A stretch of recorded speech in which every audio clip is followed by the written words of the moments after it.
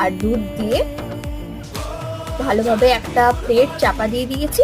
তারপর কি করেছি, গ্যাসের মধ্যে একটা মোটা কড়াই চাপিয়েছি, মানে পরাতটা যাতে মোটা হয়। তার উপর চাপিয়েছি হচ্ছে সেই বিরিয়ানির হাঁড়ি, দিয়ে দমে বসিয়েছি। আর এই যে হাঁড়ির ওপরে দিয়ে দিচ্ছে একটা হামালদিস্তা, আর গ্যাস কিন্তু থাকবে একদম সিমে। এইরকম ভাবে দম দিতে হবে 20 মিনিট। আর দুধের মধ্যে বিরিয়ানি মশলাটা আমি গুলে নিয়েছিলাম, তারপরেই দিয়েছিলাম। এটা এখন খুলে দেখাচ্ছি, দারুণ সুন্দর সেন্ট আসছে, বদলে বোঝাতে পারবো না, এত সুন্দর।